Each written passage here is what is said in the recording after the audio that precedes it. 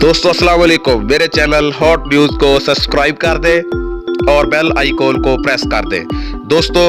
आपको breaking news बताने जा रहा हूं कि साउथ अफ्रीका के साबिक कप्तान AB de Villiers T20 World Cup में साउथ अफ्रीका की नुमाइंदगी करते हुए नजर आ सकते हैं। दोस्तों साउथ अफ्रीका के साबिक बायालात 360 बैट्समैन एबी डिविलियर जिन्हें पूरी दुनिया इंटरनेशनल क्रिकेट में खेलता देखना चाहती है, वो इंटरनेशनल क्रिकेट में जल्द वापसी कर सकते हैं। दोस्तों पिछले दिनों साउथ अफ्रीका के मौजूदा कप्तान फॉफ डु प्लेसिस का बयान जारी किया गया कि